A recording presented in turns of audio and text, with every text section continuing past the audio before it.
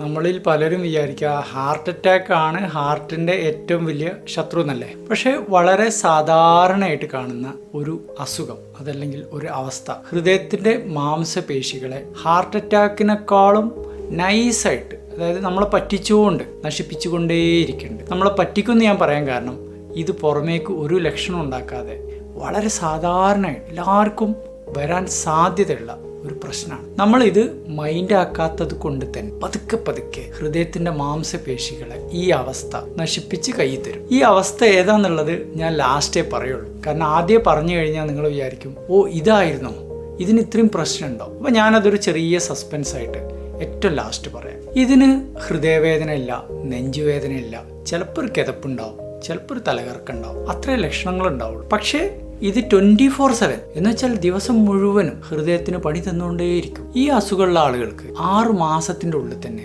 ഹൃദയത്തിന്റെ മാംസപേശികൾ കട്ടി കൂടി ഇങ്ങനെ ഹൃദയത്തിന്റെ വലുപ്പം കൂടാം. എന്തിനധികം ഇത് ചെറുപ്രായത്തിൽ തന്നെ തുടങ്ങാം. ഒരു 40 വയസ്സിലും 50 വയസ്സിലും ഒക്കെ തന്നെ ഇത് തുടങ്ങാം. എക്സർസൈസ് ചെയ്തുകൊണ്ട് രക്ഷയില്ല, ഫിറ്റ് ആയതുകൊണ്ട് രക്ഷയില്ല.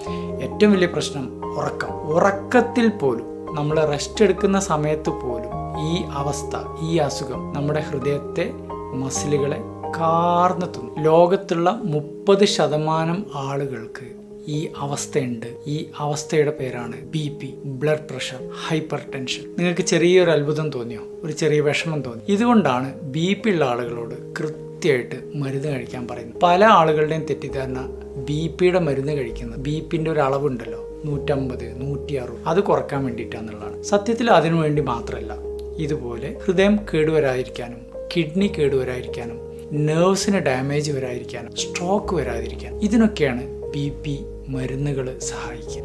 ഹൃദയത്തിന്റെ രഹസ്യ ശത്രുവാണ് BPക്ക് മരുന്ന് കഴിക്കാതെ നടക്കുന്ന ആരെങ്കിലും നിങ്ങളുടെ അറിവിലുണ്ടെങ്കിൽ അവർക്ക് ഈ വീഡിയോ ഷെയർ ചെയ്ത് കൊടുക്കുക.